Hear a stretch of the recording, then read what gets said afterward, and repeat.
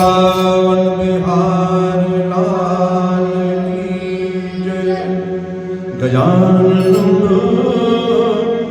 गणाधि सेवितं कपीतजम्बो फलचारुभक्षणम् उमासुतं विनाशकारकं नमामि। स्वरूपादपङ्कजं नमामि। बोलो श्री गणेश जी महाराज की जय। श्री वृंदावन बिहारी लाल की जय। सुखदेव जी महाराज कहते हैं, वैकुंठनाथ का प्रकाश 84 लाख योनियों में रहता है और मनुष्य को चाहिए सदैव ये समझे कि परमेश्वर सर्वत्र विद्यमान है। जो ज्ञानी है वही नारायण जी के दर्शन करने पाते हैं। नारद मुनि जी ने कहा, हे वसुदेव, इतनी कथा सुनकर राजा जनक जी ने योगीश्वरों से कहा, हे ऋषिराज, जिन दिनों में बालक था उन दिनों एक बार हमारे पिता के पास सनकादि ऋषिवर आए। मैंने उनसे हाथ जोड़कर पूछा कि परमेश्वर की भक्ति, परमेश्वर की तपस्या कैसे करनी चाहिए। तब उन्होंने कुछ उत्तर ना देकर वो हंस दिए और शायद मन ही मन ये जानकर कि अभी ये ज्ञान सुनने के योग्य नहीं है, ये राजा जनक के वचन सुनकर छठे योगी उपवीरहोत्र ने कहा कि हे राजन, उस समय तुम ज्ञान सुनने के योग्य ही नहीं थे, तुम अज्ञान थे, इसलिए सनत कुमार आदि ने तुमसे कुछ ज्ञान नहीं बतलाया। लेकिन अब सुनो, कर्म 3 तरह के होते हैं। कर्म, दूसरा विक्रम, तीसरा अक्रम। कर्म उसे समझना चाहिए जो अपने अपने धर्म पर रहे, जैसा वेद शास्त्रों में लिखा है उस पर स्थिर रहे। विक्रम उसे कहा जाता है अपना धर्म छोड़कर दूसरे का धर्म का वर्ण करे। तीसरा है अक्रम। अक्रम उसे समझना चाहिए जो व्यक्ति जानबूझकर कुकर्म करता है, चोरी करता है, जीवों को दुख देता है, मांस मदिरा का सेवन करता है। मनुष्य के लिए उचित है कि नित्य भगवान श्री राम, श्री कृष्ण, नरसिंह आदि अवतारों की पूजा, ध्यान अपने गुरु की आज्ञा अनुसार किया करे।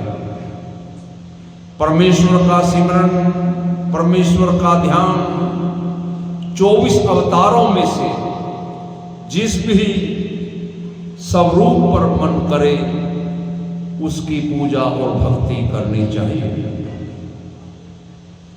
योगेश्वर की बात सुनकर राजा जनक बोले, महाराज, जिस तरह आपने पूजा करने के लिए कहा है उसी तरह आप मुझे अवतारों की कथा भी सुनाइए।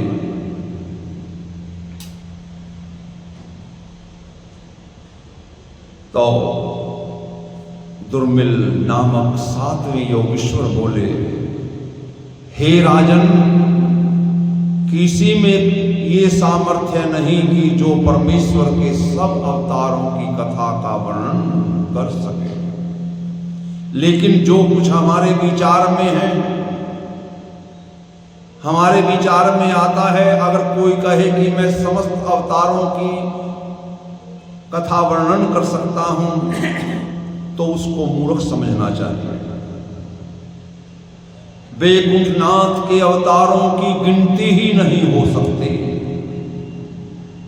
पृथ्वी, आकाश, सूर्य, चंद्रमा, 10 दिशाएं, 14 भुवन और 84 लाख योनि आदि, ये सब नारायण के ही विराट स्वरूप हैं। सब संसारिक वस्तुओं के मालिक, सबको उत्पन्न करने वाले वही नारायण हैं। जब भगवान की नाभि से कमल का फूल निकला तो उस फूल से ब्रह्मा जी उत्पन्न हुए और ब्रह्मा जी ने तीनों लोकों की रचना की। नर नारायण का अवतार लेकर आज भी बद्री केदार आश्रमों में बैठकर नारायण जी तपस्या कर रहे हैं, ताकि संसारिक लोग उनको तप करते हुए देखकर वो भी परमेश्वर का सिमरन ध्यान करके भवसागर पार उतर जाए। जब इंद्र को नारायण जी की महिमा का ज्ञान नहीं था और उधर नारायण जी बद्री केदार आश्रम में बैठकर तपस्या कर रहे थे, तो इंद्र को चिंता हुई कि कहीं मेरा इंद्रासन लेने के लिए ये तप तो नहीं कर रहे। तब तो इंद्र ने नारायण जी की तपस्या भंग करने के लिए कामदेव, अप्सराएं, बसंत ऋतु, शीतल वायु, मंद सुगंध जैसे माहौल को नारायण जी की तपस्या भंग करने के लिए भेजा। जैसे ही ये सब नारायण जी की तपस्या भंग करने के लिए पहुंचते हैं,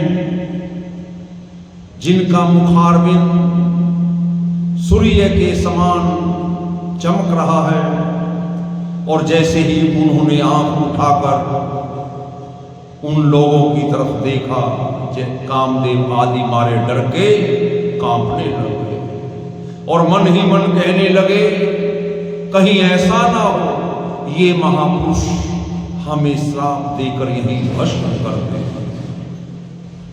और उनकी ये दुर्दशा देखकर त्रिभुवनपति दीनानाथ नारायण जी अंतर्यामी हंसते हुए कामदेव आदि से बोले कि तुम लोग मत डरो, तुम लोग मत डरो, इसमें तुम्हारा कोई अपराध नहीं है। इंद्र ने ही तुमको अपने राज्य के छूटने के डर से यहां भेजा है, लेकिन मैं इंद्र लोक की चाहना नहीं रखता। ये सुनकर कामदेव आदि ने नर नारायण के सामने हाथ जोड़कर विनय करते हुए कहा, हे वैकुंठनाथ, संसारिक जीव कोई ऐसा नहीं, कामदेव कह रहे हैं कि जो हमारे फंदे में ना फंसा हो, पर हम लोग आप जो आदि पुरुष नारायण के अवतार हैं, आपको कुछ धोखा नहीं दे सके। जब तुम्हारा भजन सिमरन करने वाले अपने बल से हमारे सर पर लात मारकर सीधे वैकुंठ पहुंच जाते हैं, तब हे नारायण आप पर हमारा वश कैसे चल सकता है। संसार में बहुत से मनुष्य भूख प्यास और कामदेव को अपने वश में रखकर संसारिक सुख की चाहना नहीं करते, लेकिन उनमें क्रोध इतना बलवान है कि उसके अधीन होकर वो लोग भी अपना शुभ कर्म, अपनी तपस्या क्षण भर में खो देते हैं। लेकिन हे नारायण, आप में तो क्रोध का भी प्रवेश नहीं है। तुम्हारी भक्ति, तुम्हारी प्रीति करने वाले को भी काम क्रोध कभी नहीं तंग करेगा। इसलिए हे नारायण, हम आपको बारंबार दंडवत प्रणाम करते हैं। कामदेव आदि के ये वचन सुनकर नर नारायण उसी समय अपनी माया से हजारों सुंदर स्त्रियां, रंभा आदि अप्सराएं और अन्य बहुत सी सुविधाएं वहां पर प्रकट कर गए। वो सब लक्ष्मीपति नारायण की सेवा करने के लिए हाथ जोड़कर नारायण जी के चारों ओर खड़ी हो गई और उनका रूप देखकर कामदेव भी लज्जित होकर अपना अपना अभिमान भूल गए और कामदेव आदि भी उन पर मोहित होकर आपस में मन ही मन कहने लगे कि हम लोगों ने इतनी रूपवती स्त्रियां आज तक इंद्रलोक में भी नहीं देखी थी। तिरुपति दीनानाथ ने कामदेव से कहा, तुम लोग इन सब स्त्रियों को अपने साथ इंद्रपुरी में ले जाओ। कामदेव ने हाथ जोड़कर विनय करते हुए कहा, महाराज इनको यहीं रहने दीजिए, अगर हम इन्हें वहां ले गए तो देवता लोग आपस में लड़ लड़ कर मर जाएंगे। ये सुनकर नारायण जी ने कहा, इनमें से जो सबसे कुरूप हो उसको ले जाओ। कामदेव आदि उर्वशी नाम की अप्सरा नर नारायण की आज्ञा अनुसार उसे अपने साथ लेकर वहां से विदा हुए और इंद्रलोक में पहुंचकर नारायण जी की सब महिमा सुनाई। इंद्र तभी उन्हें पूर्ण ब्रह्म जानकर उनकी स्तुति करने लगे और उर्वशी का रंग, रूप और सौंदर्य को देखकर इंद्र भी अति प्रसन्न हो गए और प्रसन्न होकर इंद्र ने उर्वशी को अपनी अप्सराओं का सबसे मुख्य मालिक बना दिया। इति श्री भागवत सकल कथा विराम। बोलो श्री विष्णु भगवान की जय।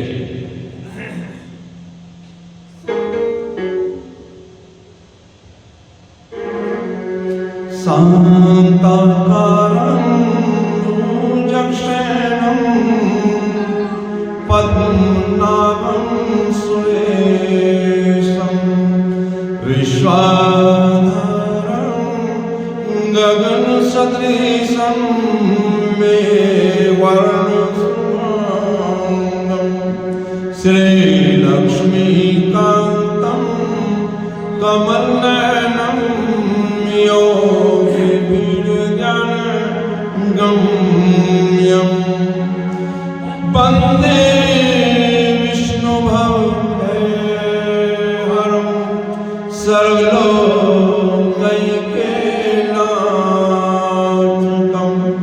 कर्पूरगौरं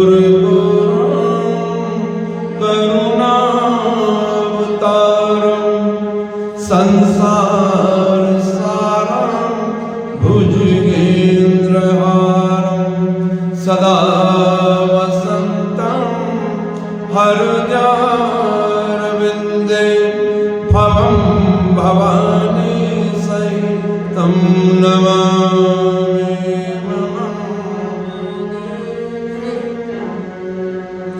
त्वमेव माता च पिता त्वमेव बन्धुश्च सखा त्वमेव विद्या त्वमेव सर्वं मम देव त्वमेव।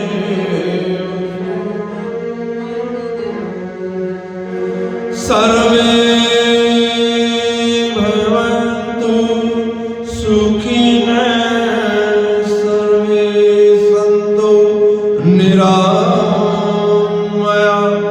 सर्वे भद्राणि पश्यन्तु मा कश्चित् दुःखभाग् भवेत्। धर्म की अधर्म का प्राणियों में विश्व का गौहत्या सनातन धर्म की जय। श्री सत्यनारायण स्वामी की जय। हे माई सचिया ते ऊंचिया जोता वाले माता तेरी सदा ही जय। श्रीमद्भागवत महापुराण की जय। श्री सुखदेव जी महाराज की जय। बोलो वीर बजरंगी हर हर हर महादेव शंभो श्री शंकर भगवान की जय। जय जय श्री राधे श्याम। जय जय श्री राधे श्याम। जय जय श्री राधे श्याम। ओम त्र्यंबकं यजामहे सुगंधिं पुष्टिवर्धनम् उर्वारुकमिव बन्धनान् मृत्योर्मोक्षीयमामृतात्।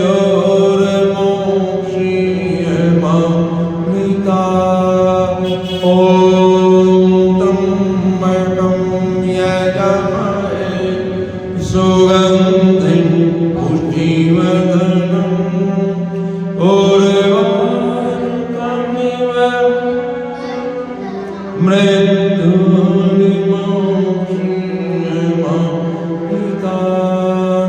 ॐ त्र्यंबकं यजामहे सुगंधिं